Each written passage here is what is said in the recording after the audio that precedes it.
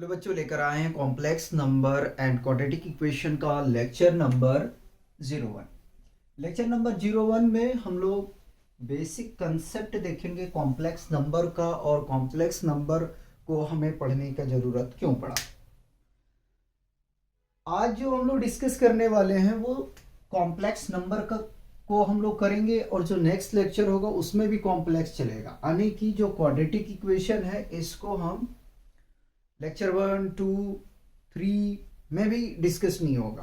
पहले तो complex number को हम लोग स्टडी करेंगे, फिर हम लोग क्वाड्रेटिक इक्वेशन को देखेंगे, क्योंकि डिपेंडेंसी है एक दूसरे का। ठीक है, तो एक बात समझने की यहाँ यह है कि कॉम्प्लेक्स नंबर का हमें नीड क्यों पड़ा, क्या क्यों जरूरत पड़ गया कॉम्प्लेक्स नंबर का। तो कॉम्प्लेक्स नंबर समझने से पहले हम लोग को समझना चाहिए, या तो लिखते हैं कि वाई नीड, ठीक है, why need complex number. Complex number, हमें कॉम्प्लेक्स नंबर का जरूरत क्यों पड़ा। ठीक है, कुछ रिकॉलिंग हम लोग करेंगे जो हम लोगों ने क्लास 10th में पढ़े थे उसको। ठीक है, तो क्यों हमें जरूरत पड़ा कॉम्प्लेक्स नंबर का। ठीक है, क्वाड्रेटिक इक्वेशन में आपने पढ़ा था, जब आपका क्वाड्रेटिक इक्वेशन रहता था a x square plus b x plus c equal to 0, where a not equal to 0। ठीक है, ये क्वाड्रेटिक इक्वेशन का मैंने क्या किया है, फॉर्म लिखा है। ठीक है, तो हम लोगों ने नेचर ऑफ रूट को देखे थे, रूट के नेचर को हम लोग देखे थे क्लास 10th में। ठीक है, उस नेचर की रूट को हम यहां समझने की कोशिश करेंगे। ठीक है, उससे पहले हमने जीरो फाइंड आउट करने के लिए सीखे थे। ठीक है, तो जीरो में हमारे पास में 10th में जो आप लोगों ने पढ़ा वो एक तो मिडिल स्प्लिटिंग मेथड पढ़ा आपने, जिसको फैक्टराइजेशन मेथड भी कहते हैं, और सेकंड आप लोगों ने पढ़ा quadratic formula.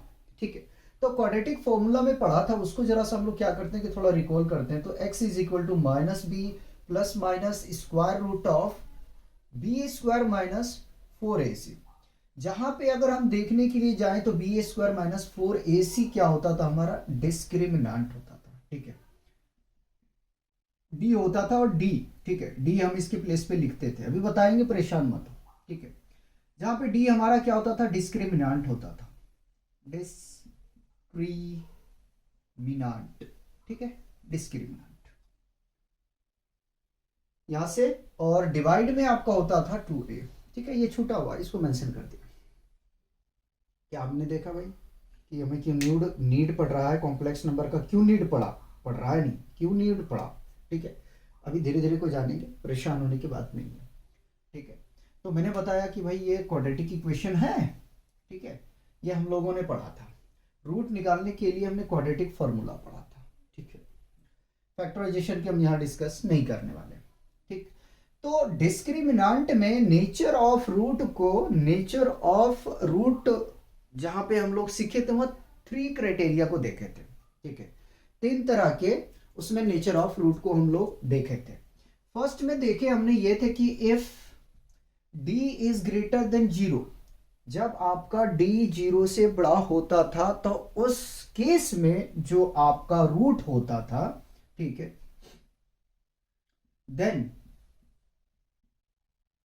To distinct real root.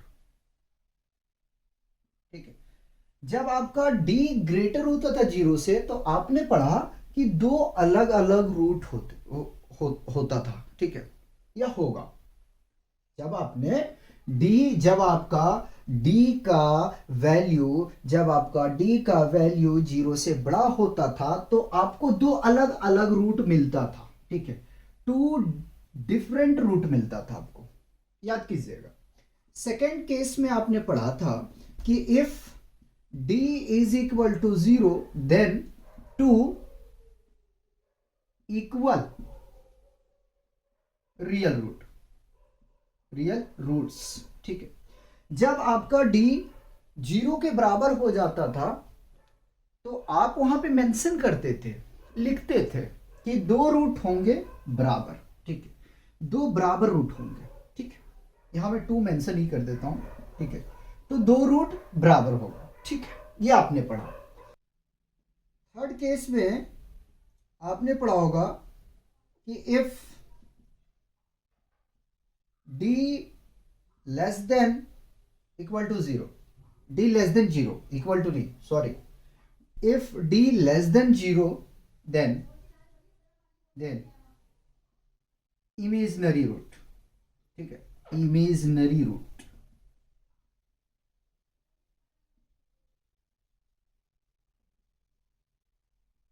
Roots, ठीक है। इसका मतलब क्या हुआ कि जब d का वैल्यू 0 से छोटा होता था तो उस वक्त आप कहते थे कि इमेजिनरी रूट हमें मिलेगा, ठीक है, ये क्लास 10th की। लेकिन अगर देखा जाए तो हम लोगों ने जो क्लास 10th में स्टडी किए,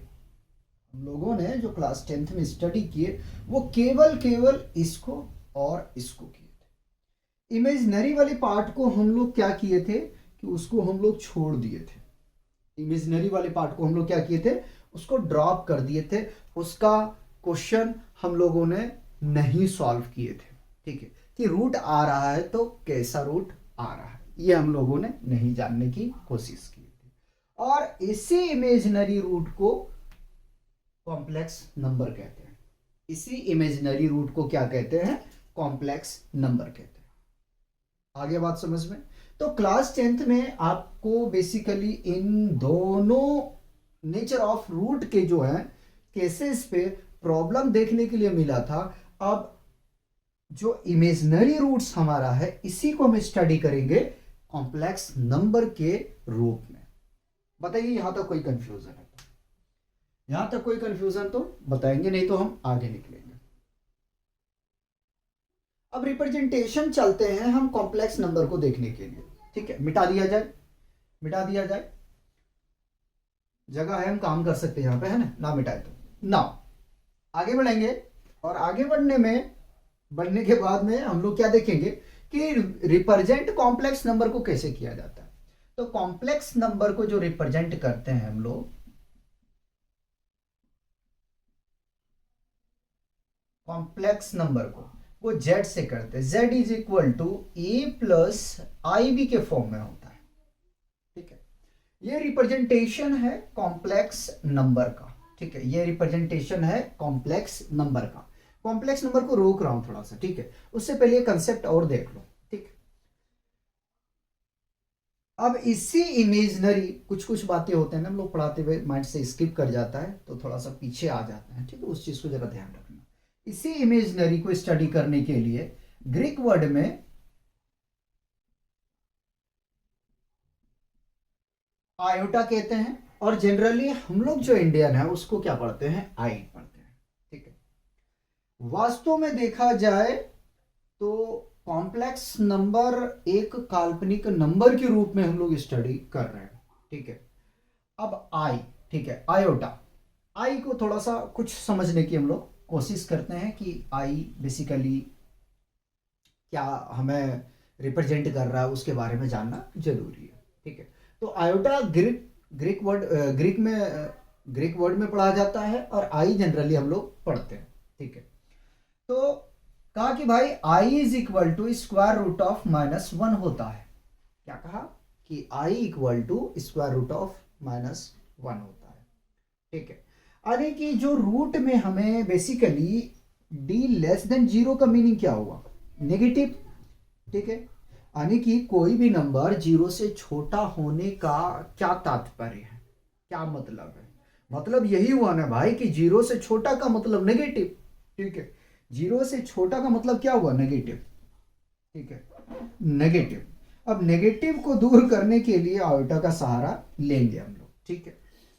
तो आई स्क्वायर अगर बोथ साइड पे स्क्वायरिंग करेंगे तो आई स्क्वायर इज इक्वल टू -1 हो जाएगा। इसका मतलब यह हुआ कि अगर कोई नंबर स्क्वायर रूट के अंदर में माइनस के फॉर्म में है तो उसको हम लिख सकते हैं, क्या लिख सकते हैं कि -1 इंटू 3 कर दे, ठीक है। यहाँ कुछ भी नंबर लेना, 5 ले लेना, 6 ले लेना, वो मैं एक रेंडमली ले रहा हूँ, वो आप लोग कुछ भी ले लेना। तो आई, ठीक है, -1 के प्लेस पे हम क्या लिख सकते हैं, आई स्क्वायर लिखे और ये 3 आ गया, तो इसको हम और लिख सकते हैं √3 आई, ठीक है। -√3 को हम इस तरीके से रिप्रेजेंट करेंगे, ठीक है। लेकिन ये क्या है यार, इमेजिनरी नंबर से, ठीक है, याद रख लेना इमेजिनरी नंबर है। अब आयोटा हो गया, अब वापस आ जाते हैं कॉम्प्लेक्स नंबर पे। तो हमने कहा कि जो कॉम्प्लेक्स नंबर होता है, ठीक है, वो दो रियल नंबर का होता है जो फॉर्म होता है a+ib के फॉर्म में। बोलोगे तो मैं लिख देता हूं, फिर रिप्रेजेंटेशन को करवा देता हूं, ठीक है। तो हम यहां से लिख सकते हैं कि इफ a, b,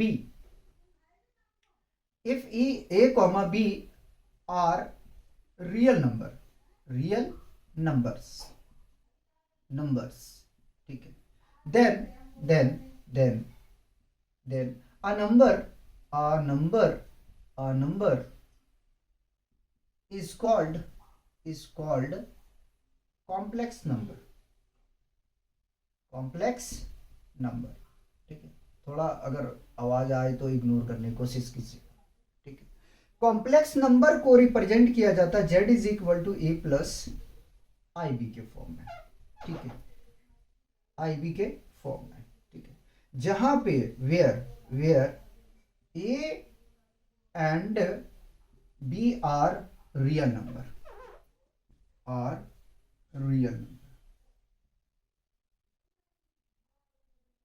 ठीक है। ए और बी क्या है, रियल नंबर्स है, ठीक है। यहाँ वी एस लगा लो भाई, यहाँ भी लगा लो, ठीक है, रियल नंबर से। आगे समझ में यहाँ तक मेरे हिसाब से कोई प्रॉब्लम नहीं होना चाहिए कि नहीं, क्योंकि मैंने कुछ इसमें ज़्यादा समझाया नहीं हूँ। सिर्फ हमने ये समझाया कि हमें क्यों नीड पड़ा भाई कॉम्प्लेक्स नंबर का, ठीक है। फिर जो क्लास 10th का आपने पढ़ा था उसको थोड़ा सा रिकॉलिंग किए। कॉम्प्लेक्स नंबर किसको कहते हैं वो मैंने लिखा कि यदि ए और बी रियल्स नंबर है तो अच्छा यहाँ एक चीज छूट गया, ठीक है, हाँ ठीक है, कोई दिक्कत नहीं, एक चीज और ऐड कर सकते, चलो ठीक है, रहने दो भाई, यहीं तक डिफिनेशन रखो सीधा सीधी, ठीक है। यहां तक मेरे हिसाब से कोई प्रॉब्लम नहीं होना चाहिए। अगर यहां तक प्रॉब्लम नहीं हुआ है तो फिर हम लोग आगे बढ़ने की कोशिश करते हैं। अब हम लोग देखते हैं कि equality of complex number, equality of complex number, equality का मतलब क्या होता है, इक्वल, ठीक है। दो कॉम्प्लेक्स नंबर को हम इक्वल कब कह सकते हैं, ठीक है। तो हम यहां से कह रहे हैं कि टू कॉम्प्लेक्स नंबर, ठीक है, या तो two complex number z1 is equal to a plus i b, a1 b1 कर लो यार, and z2 is equal to a2 plus i b two are equal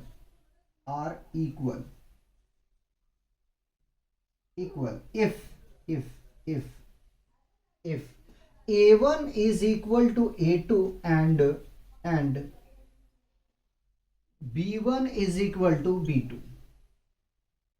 क्या हमने लिखा कि दो complex number z1 equal to a1 plus i b1 और z2 equal to a2 plus i b2 equal है।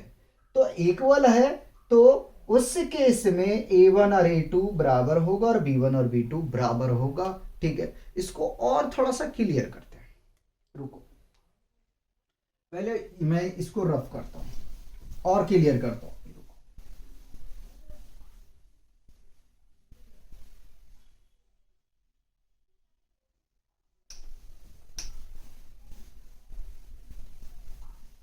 ठीक है, क्या हमने लिखा कि दो कॉम्प्लेक्स नंबर अगर बराबर है then we can say that a1 equal to a2 and B1 equal to B2, ठीक है।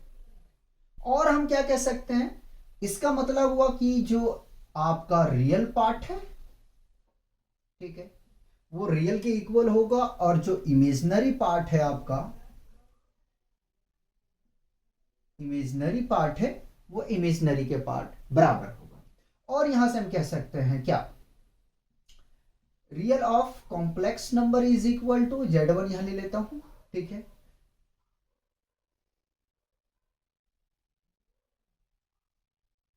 और रियल ऑफ Z2 इक्वल होगा, and imaginary of Z1 is equal to imaginary of Z2। इसका मतलब क्या हुआ, बात वही मैंने लिखा है जो इसको मैंने लिखा है, लेकिन इसको क्या किया, लैंग्वेज के फॉर्म में हमने लिखा है, ठीक है। रियल का मतलब हुआ कि भाई जो रियल पार्ट है दोनों कॉम्प्लेक्स नंबर में वो आपस में बराबर होंगे, ठीक है, और जो इमेजिनरी पार्ट है वो आपस में दोनों बराबर होंगे।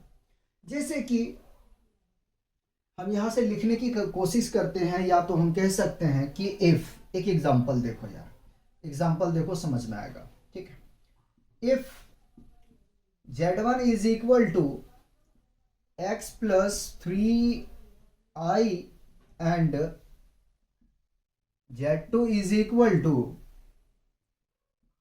2 माइनस iy,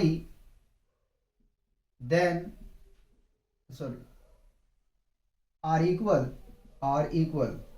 इक्वल, ये मैं छूट रहा था मुझसे, equal, then find x and y। हमने क्या लिखा कि यदि Z1 बराबर समथिंग और Z2 इक्वल टू समथिंग, ये दोनों आपस में क्या है, बराबर है, तो x और y की वैल्यू निकालो। तो आप कैसे फाइंड करोगे जरा देखने की कोशिश करो, ठीक है।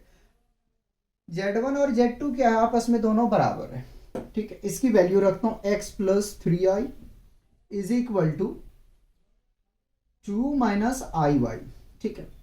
अब देखो रियल जो है वो रियल के बराबर होगा, यही बात हम लोगों ने दोनों लिखा है यहाँ पे, ठीक है, दोनों कह रहा था मैं, बताओ, हम लोगों ने इसी चीज को यहाँ पे रिप्रेजेंट किया है, ठीक। तो यहां से कह सकते हैं कि x इज इक्वल टू 2 और y is equal to minus y is equal to 3, y equal to minus 3, ठीक है। इसी चीज को हमने यार यहां पे रिप्रेजेंट करने की कोशिश की, ठीक है। बताओ यार यहां तक कोई कंफ्यूजन है तो, नहीं है तो हम लोग आगे बढ़ेंगे, मिटा दिया जाए, कॉपी करना है तो कर लें आप लोग, चलिए।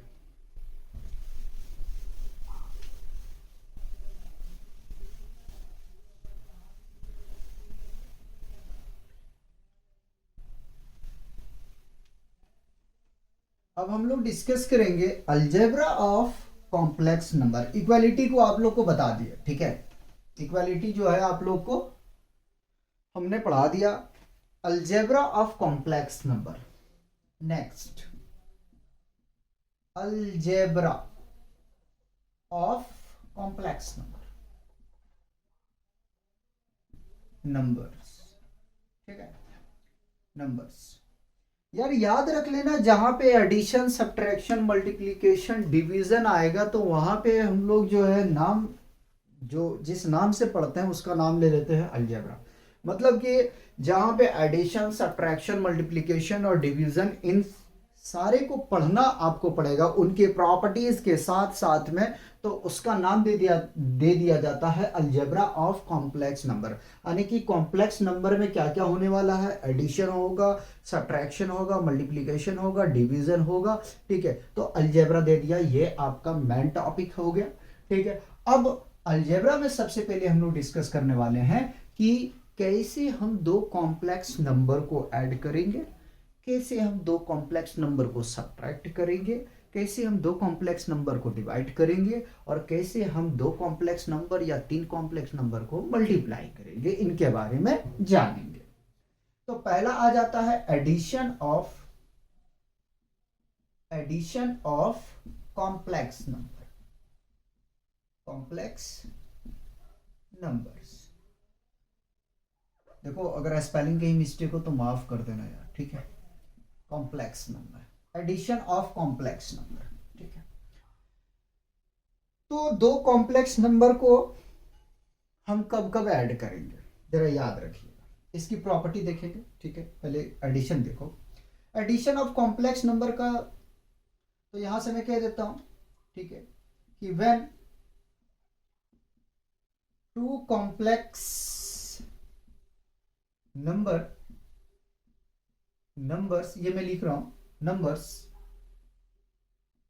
z1 is equal to a1 plus ib1 and z2 is equal to a2 plus ib2, ठीक है,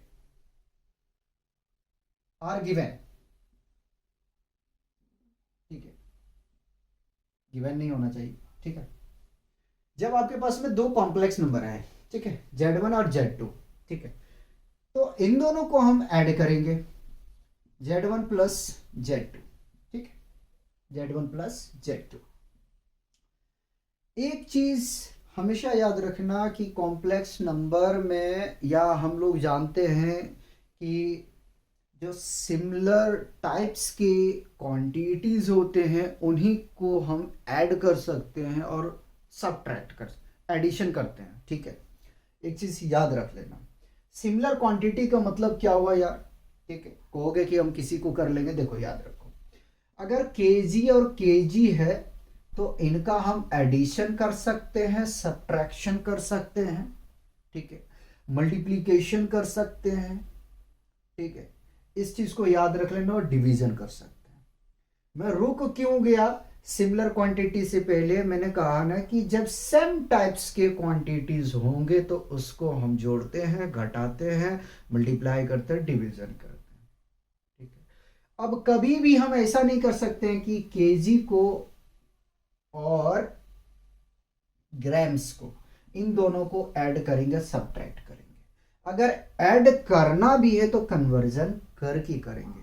ऐसा नहीं है कि भाई 2 kg लिखा हुआ है और 20 ग्राम्स लिखा गया है तो इसको हम ऐड कर दें कि 22 kg लिखते, ना, ये गलत हो जाएगा भाई, ऐसा नहीं। तो यहां पे उसी चीज को हम जानने की कोशिश करेंगे कि कॉम्प्लेक्स नंबर में कैसे हम, जब हमारे पास में एडिशन करने की बारी आए तो मैं कैसे ऐड करूं, कैसे सब्ट्रैक्ट करूं, और कैसे मल्टीप्लाई करूं, कैसे डिवाइड करूं, इसके बारे में हम लोग जानकारियां प्राप्त करेंगे। तो दो कॉम्प्लेक्स नंबर को हम ऐड करेंगे, तो याद रख लेना, इनके ऑर्डर को ध्यान में रखते हुए काम करेंगे, a1 प्लस ib1, ठीक है, प्लस a2 प्लस ib2, ठीक है। तो जब एडिशन करोगे ना यार, तो रियल पार्ट रियल के साथ में ऐड होगा, रियल पार्ट रियल के साथ में ऐड होगा, यानी कि a1 प्लस a2।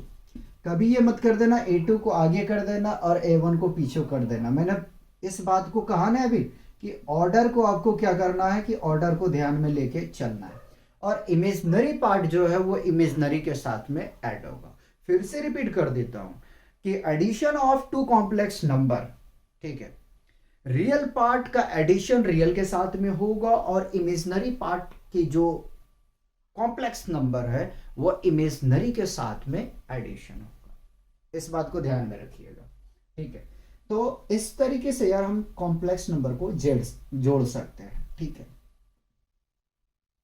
एक एग्जांपल देख लेते हैं, शायद एनसीईआरटी में नहीं दिया, कोई बात नहीं, हम ले लेते हैं randomly. If z1 is equal to 1 plus 3i and z2 is equal to 4 times of minus 2i, ठीक है, then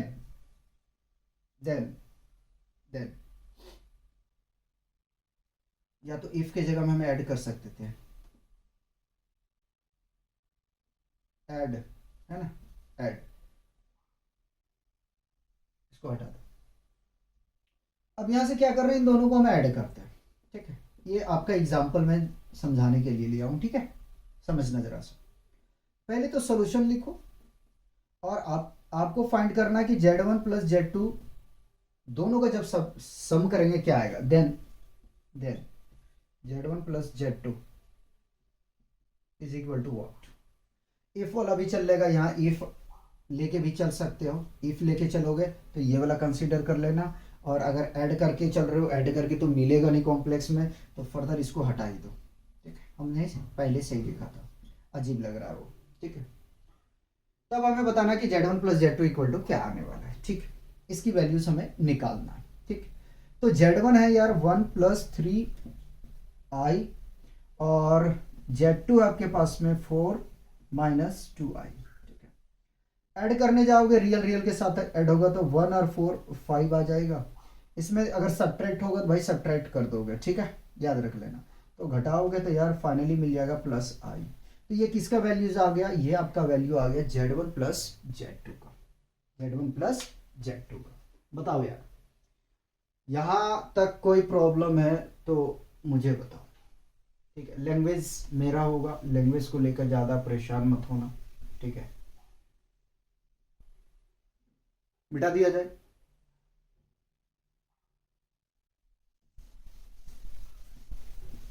अब प्रॉपर्टी ऑफ एडिशन हम लोग देखते हैं। ठीक है, property of addition.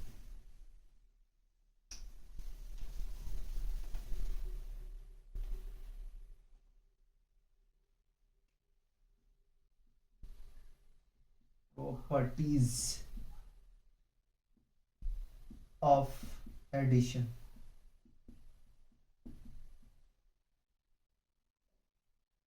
First property होता है क्लोजर प्रॉपर्टी। ठीक है, क्लोजर लॉ, लॉ के नाम से पढ़ा देता हूं। ठीक है, क्लोजर लॉ में क्या है कि Z1 प्लस Z2 यानी कि दो कॉम्प्लेक्स नंबर को हम ऐड करेंगे तो क्या मिलेगा, हमें कॉम्प्लेक्स नंबर मिलेगा, कॉम्प्लेक्स नंबर। ठीक है, दो दो अगर दो कॉम्प्लेक्स नंबर को हम ऐड करेंगे तो हमें कॉम्प्लेक्स नंबर मिलेगा। जैसे कि दो रेशनल नंबर को हम ऐड करते हैं तो रेशनल नंबर मिलता था, ये आपने पढ़ा होगा 6, 7, 8, 9 के आसपास में प्रॉपर्टी। तो वही चीजें क्लोजर लॉ के नाम से मैंने लिखा है, क्लोजर प्रॉपर्टी भी आप लिख सकते हो, कोई दिक्कत नहीं है, दोनों ठीक है। सेकेंड में आपने पढ़ा होगा कम्यूटेटिव लॉ, कम्यूटेटिव लॉ के नाम से पढ़ाऊंगा, प्रॉपर्टी लिखा तो मैंने है लेकिन लॉ के नाम से। ठीक है, कम्यूटेटिव का मतलब होता है क्या, उल्टा पुल्टा। कम्यूटेटिव लॉ का मतलब क्या हुआ, वही कम्यूटेटिव का मतलब हुआ उल्टा पुल्टा। कम्यूटेटिव लॉ कहता है कि यदि आपके पास में दो कॉम्प्लेक्स नंबर गिवन है, यदि आपके पास दो कॉम्प्लेक्स नंबर गिवन है तो उन दोनों कॉम्प्लेक्स नंबर को आप ऐड कर सकते हो। कैसे, Z1 प्लस Z2, या तो आप Z2 प्लस Z1, इन दोनों को अगर आप लिखने के लिए जाओ, ठीक है, यानी कि इनकी ऑर्डर को अगर आप चेंज भी करोगे और ऐड करोगे तो आपको सिमिलर मिलेगा। और आसान करते हैं, कम्यूटेटिव लॉ कहता है, क्या कहता है कि अगर आपके पास में दो कॉम्प्लेक्स नंबर गिवन है, ठीक है, तो आप उसको ऐड कर सकते हो, उनकी ऑर्डर को आगे पीछे करके उसकी वैल्यू पे कोई फर्क नहीं पड़ेगा, सिमिलर आएगा। ठीक है, सेकंड केस में आ जाता है एसोसिएटिव लॉ, एसोसिएटिव लॉ, मैं लॉ के नाम से ही पढ़ा रहा हूं। ठीक है, एसोसिएटिव लॉ, एसोसिएटिव लॉ आपने छोटे क्लास में पढ़ा है कि एसोसिएटिव जो है इसमें क्या कर रहे हैं, एसोसिएशन कर रहे हैं, मतलब कि यहाँ पे जो बात होगा वो 3 नंबर की बात होगा अगर नंबर में बात करेंगे, और अगर कॉम्प्लेक्स नंबर में पढ़ेंगे तो 3 कॉम्प्लेक्स नंबर की हम लोग बात करेंगे। मतलब कि हम Z1 plus Z2 plus Z3 is equal to Z1 plus Z2 plus Z3। ठीक है, एसोसिएटिव लॉ में कहता है कि आप पहले दो को ऐड कर लो, फिर आप थर्ड के साथ में ऐड कर लेना। ठीक है, या तो आप ऐसे करो कि आप सेकेंड और थर्ड कॉम्प्लेक्स नंबर को ऐड कर लो, फिर बाद में 1 के साथ में एडिशन करना, ये दोनों आपस में क्या होगा, बराबर होगा। और आसान कर रहा हूँ, एसोसिएटिव लॉ में क्या होता है, या तो आप कॉम्प्लेक्स Z1 और Z2 इन दोनों को पहले ऐड कर लो, बाद में Z3 को ऐड करना, या तो आप Z1 को छोड़ दो, Z2 और Z3 को ऐड करो, ठीक है, उसके बाद में आप Z1 के साथ में एडिशन करें तो इन दोनों, ये दोनों जो होगा आपस में क्या होंगे, बराबर होंगे। ये एसोसिएटिव लॉ कहता है। फोर्थ केस में हम लोग पहुंचेंगे यार। द एग्जिस्टेंस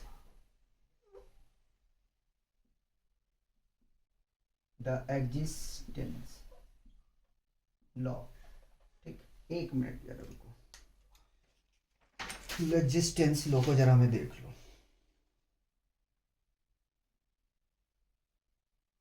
ठीक।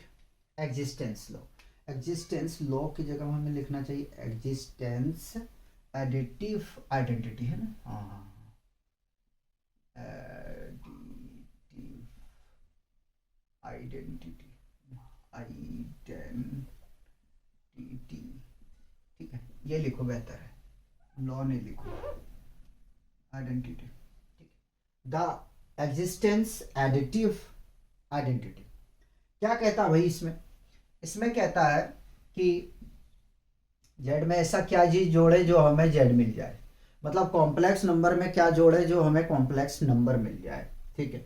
अब ये मत कर देना कि सर दोनों कॉम्प्लेक्स नंबर को जोड़ देंगे सर तो हमें कॉम्प्लेक्स नंबर ही मिल रहा है, ठीक है, लेकिन आपने पढ़ा होगा कि दो में ऐसा क्या चीज जोड़े हमें दो मिल जाए, तो जीरो को ऐड कर दो, ठीक है, जीरो को ऐड कर दो, ठीक है, आपको दो ही मिलेगा, ठीक है। और इसमें ये भी कर सकते हो यार, zero plus Z is always equal to Z, ठीक है।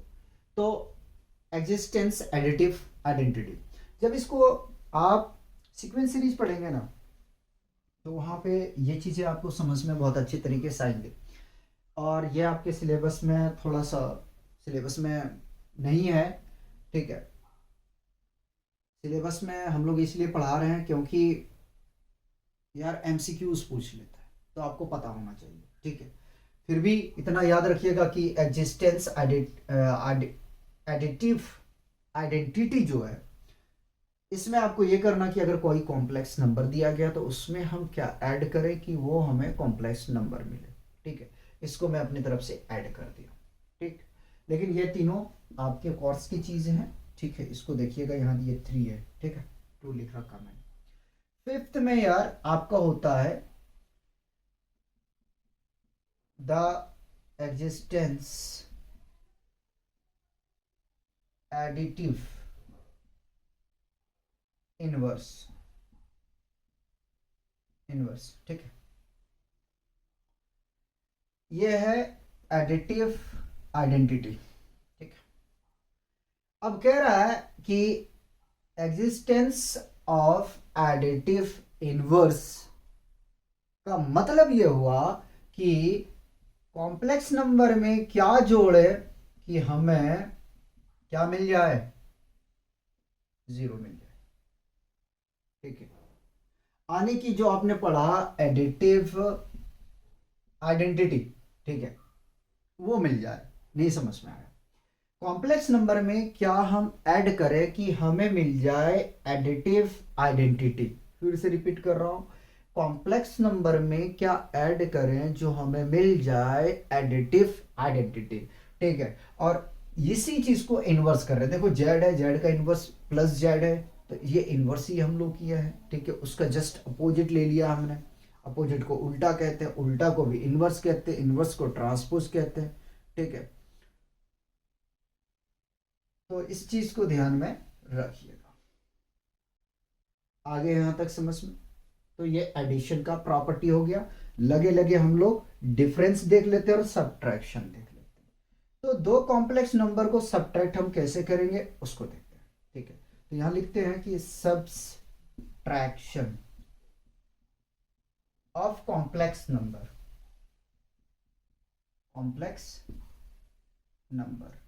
ठीक है, कॉम्प्लेक्स नंबर, दो कॉम्प्लेक्स नंबर को कैसे हम सब्ट्रैक्ट करेंगे। तो हमने मान लिया Z1 is equal to A1 plus IB1 and Z2 is equal to A2 plus IB2, ये हमने मान लिया। अब इन दोनों कॉम्प्लेक्स नंबर को क्या करना है, सब्ट्रैक्ट करना है, ठीक है। फिर से बोलूंगा कि ऑर्डर को ध्यान में रख के काम करना है, ऑर्डर को बिल्कुल आगे पीछे नहीं करना है, ठीक है।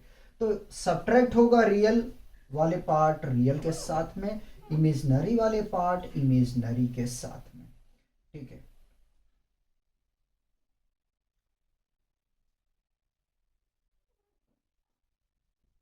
यहाँ प्लस ले रहा हूँ भाई, ठीक है, कंफ्यूज मत हो जाना। यहाँ e2 क्यों आएगा भाई, b1 माइनस b2। इस तरीके से आप सब्ट्रैक्ट करोगे, इस तरीके से आप सब्ट्रैक्ट करोगे, ठीक। अब यहाँ सवाल आ जाता है यार कि क्या सर सब्ट्रैक्शन में कम्यूटेटिव लॉ और एसोसिएटिव लॉ होल्ड करता है? तो मैं यही बोलूँगा कि क्या आपने क्लास 9th में, क्लास 8 में, क्लास 7 में क्या पढ़ा था? तो आप बोलोगे कि सर होल्ड नहीं करता है, ठीक है। सब्ट्रैक्शन में ना ही कम्यूटेटिव लॉ होल्ड करता है ना ही एसोसिएटिव लॉ करता है, ठीक है। देखो यार, कम्यूटेटिव में क्या पढ़ा? कम्यूटेटिव में आपने पढ़ा, शॉर्ट में लिख रहा हूं, कम्यूटेटिव में आपने पढ़ा, ठीक है, कम्यूटेटिव में आपने पढ़ा, क्या पढ़ा कि Z1 प्लस Z2 को, Z1 प्लस Z2 को हम लिख सकते हैं Z2 प्लस Z1, ठीक है, ये लिख सकते हैं। लेकिन सब्ट्रैक्शन में ऐसा पॉसिबल नहीं है, याद रखिएगा। उसी प्रकार से अगर मैं एसोसिएटिव की बात करने जाऊं, सिएटिव लॉ की बात करने जाऊं, तो इसमें भाई Z1 minus Z2 minus Z3 not equal to